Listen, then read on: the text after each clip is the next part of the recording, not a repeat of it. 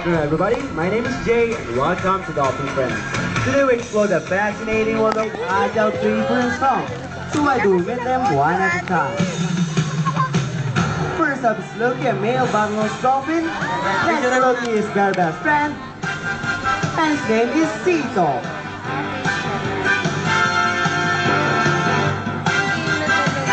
Next, Peter is our youngest male dolphin, and his name is Zach. Introduction to everyone, and of course we'll meet the rest of the dolphins in just a short while. Now our friends are bottlenose dolphins, also known as Parachute Truncatus dili. They are very friendly. Wave hello. You can wave back guys, they surely love that.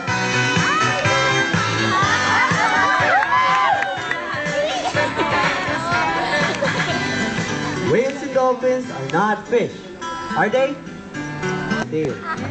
Their tail is the main motor that powers themselves to the water. And those tails move up and down, and not side to side like a fish does. Hey dolphins, would you like to show it how it works?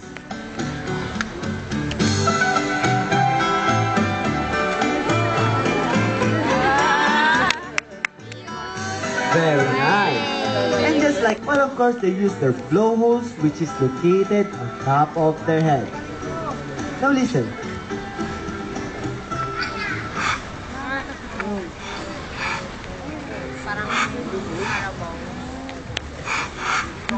Using a variety of sounds like clicks, squeaks, squawks, and also whistles. Listen again.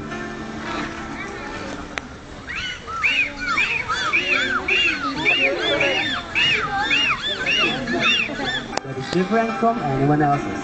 Amazing, isn't it? Now let's talk about their body, or what we call the pectoral fins. And that's what they use to steer themselves through the water. And as our trainer rolled them back over, you'll see their dorsal fin. And that's what they use to balance themselves, much like a king in the boat. So he's going to demonstrate the behavior called the bridge. That behavior is what they use to scratch their itchy skin on the surface of the water. And now, what do you think dolphins do when they want to look around? Check this out. That's right, they need their streamline and build for speed. They can dive up to 1,000 feet, hold their breath up to 15 minutes, and swim as fast as 77 kilometers an hour. So, hit it!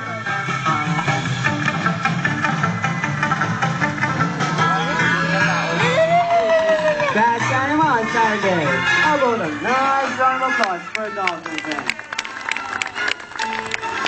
Isn't that right, dolphins? Hey, what do you mean no? I know you can walk on water. Maybe I need to ask an honest dolphin there. Loki, can you tell us, can dolphins really walk on water? This one will show us how.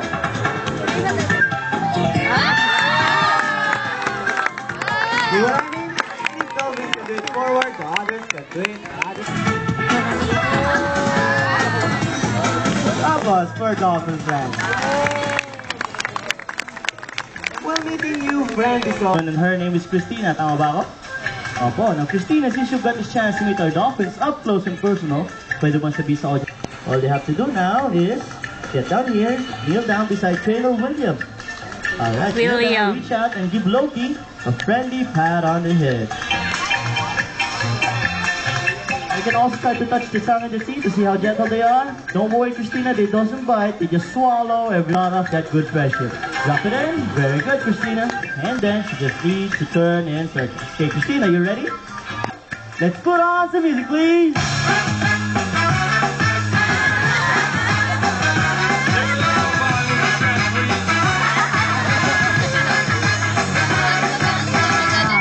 Give these three dolphins a special hand signal to show off a brand new dolphin. On the count of three, raise those hands up in the air. Now guys, you ready?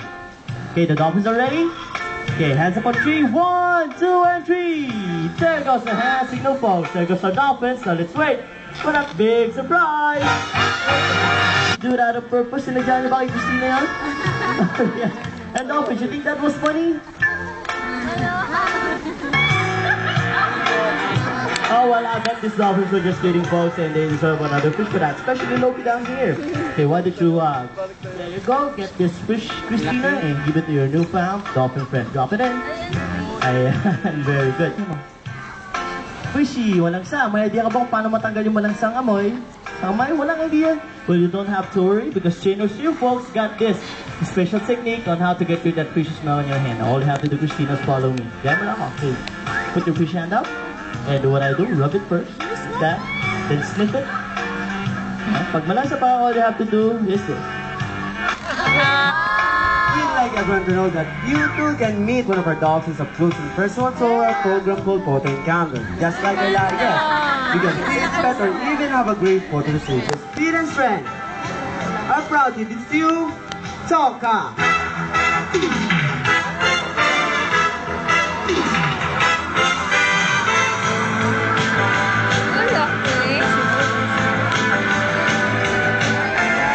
Whoa, great job there, Tonka.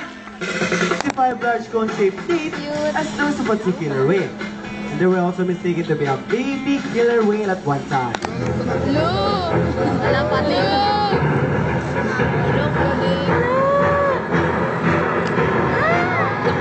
Oh my boy, God. those are... But Sidorcas are very gentle animals, just like our dolphins. One way to prove you, our trainers will be joining Tonka and our dolphins to... Water ballet talaga? Babaling.